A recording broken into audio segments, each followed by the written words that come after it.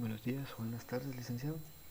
Me presento, yo soy Diego Sarceño, carnet 2019-00109. A mí me tocó el capítulo número 3.1.1 del libro, el cual se titula Multipletes y números leptónicos. ¿Sí? Entonces vamos a empezar. El capítulo introduce primero con que existen 6 leptones, las cuales se llaman generaciones, en cual tenemos la parte electrónica, que sería el electrón y el neutrino electrónico, la parte muónica, que sería el muón y el neutrino muónico, y la parte del tau, que sería el tau y el neutrino del tau. Tauónico, pero no me gusta cómo se escucha eso. En donde el muón y el tau serían los leptones de mayor masa. A eso también se le conoce como sabores a los neutrinos asociados a cada uno de las partículas, serían los sabores de neutrinos. Y bueno, en eso tenemos que el electrón, el muón y el tau interactúan mediante la interacción electromagnética y mediante la interacción débil, mientras que el neutrino solo aparece presente en la interacción débil. Luego tenemos la parte del decaimiento del muón, dado que es una partícula bastante pesada en comparación al electrón, eso lo veremos hasta el final de la presentación, la comparación de masas. El decaimiento del neutrón decae mediante procesos débiles. Ahí tenemos los dos procesos, que sería un antimuón, decae en un antielectrón, un neutrino electrónico y un antineutrino muónico. Lo mismo para la parte del muón como tal, que decae en un electrón, un antineutrino electrónico y un neutrino muónico. Tenemos un tiempo de vida que ronda en este caso sería por decir a menos 3 milisegundos, que serían los microsegundos, pero se me había olvidado la unidad de medida. Luego tenemos acá el decaimiento del tau. Esta es una partícula muy parecida al muón, sin embargo es una partícula bastante más masiva, por eso ahí podemos ver en la última línea el tiempo de vida ronda, supera los punto 1 picosegundos, entonces vemos que es un tiempo de vida bastante corto, y por lo mismo se tienen diferentes decaimientos para esta partícula. No solo decae directamente en leptones, sino que también decae en otras partículas, como por ejemplo los hadrones. El 35% de todos los decaimientos presentes para el tau son puramente leptónicos. Aquí tenemos dos ejemplos bastante claros relacionados con los otros dos leptones del modelo estándar, que sería la parte del anti-tau, que decae en un antimuón, un neutrino muónico y un antineutrino tauónico, y la parte del tau directamente, que caería en un electrón, en un antineutrino electrónico y en un neutrino tauónico. Como dije anteriormente, su tiempo de vida ronda los 2.906 por eso era menos 13 segundos, que sería aún menos que un pico segundo. Bien, el capítulo, como lo dice su título, se basa en los números leptónicos. Vamos a revisar la tabla al final del documento, donde se ve toda esta información que veremos en la presentación. Los números leptónicos tienen un valor específico. Obviamente lo vamos a hacer para una única partícula, no vamos a hacer para muchas partículas juntas, sino para una única partícula.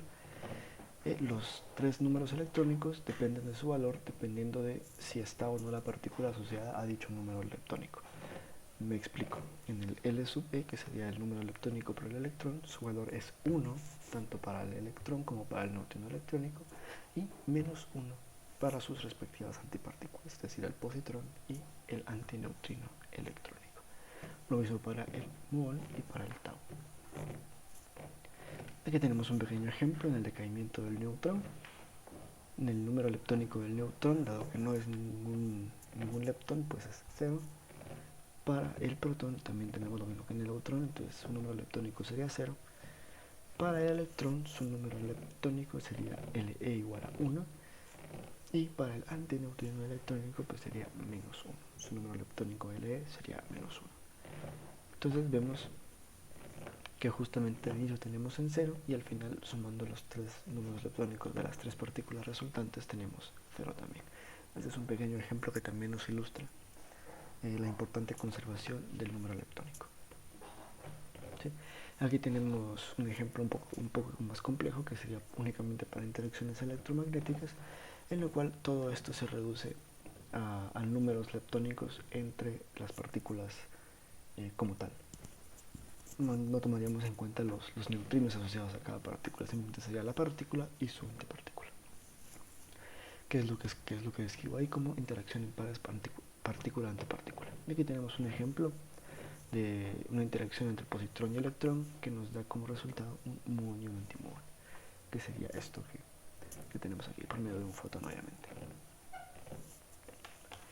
Bien, hablando ya de la conservación del número leptónico, podemos tomar de analogía la conservación de la carga en los procesos de decaimiento y en todos los procesos estos nucleares y de partículas que tenemos.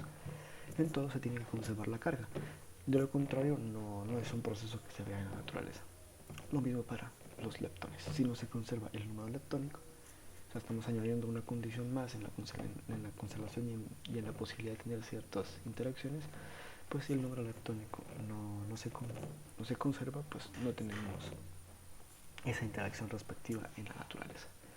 Aquí tenemos un pequeño ejemplo donde tenemos el neutrino muónico que interactúa junto con un neutrón y esto nos devuelve un electrón y un protón. Esto claramente no conserva ni el número leptónico del electrón ni el número leptónico del muón. Tendríamos en el caso inicial un 1 en el número leptónico del muón y en el caso final tendríamos un 1 en el número leptónico del electrón. Parecería que se conserva, pero no, debido a que cada uno de los números leptónicos se asocia a cada una de las partículas diferentes, entonces no se conservaría en este caso el número leptónico. Aquí podemos utilizar esta misma idea de ver si los procesos que vimos anteriormente son reales mediante la conservación del número leptónico, y esto lo podemos ver como por ejemplo acá, veámoslo en el tau. Tenemos un menos 1 en el antitau, y esto tendría que ser igual a un menos 1 de la parte derecha referido al antitau, ¿verdad? Entonces tenemos un menos 1 en el antimuón, un más 1 en el neutrino muónico, esto me da 0 en el número leptónico del muón, entonces vemos que justamente tenemos un menos 1 en el número leptónico del antitau y un menos 1 en el número leptónico del antineutrino tauónico. Lo mismo para esta parte de acá, y si nos vamos un poco más atrás en la presentación, vemos que se cumple exactamente lo mismo para el muón. En el caso de acá tendríamos un 1 en el número leptónico del muón, y esto tendría que darnos un 1 en el número leptónico del muón, que claramente se cumple. Acá tenemos el 1 en el número leptónico del muón y un más 1 y un menos 1 en el número leptónico del electrón, por lo que se cancela y me queda 1 en el número leptónico del muón y 1 en el número leptónico del neutrino, del número leptónico del neutrino muónico. ¿Sí? Entonces esto también nos explica por qué el electrón es tan estable, debido a que la carga se conserva en todas las interacciones en las que se presenta un electrón, además de ser muy ligero. Aquí obvié el número leptónico, pero conserva tanto la carga como el número leptónico. Y acá tenemos la tabla que nos proporciona el libro, en la que vemos todos estos datos que les acabo de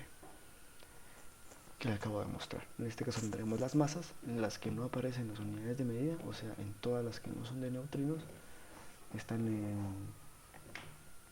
en megaelectronvoltios partidos C cuadrado.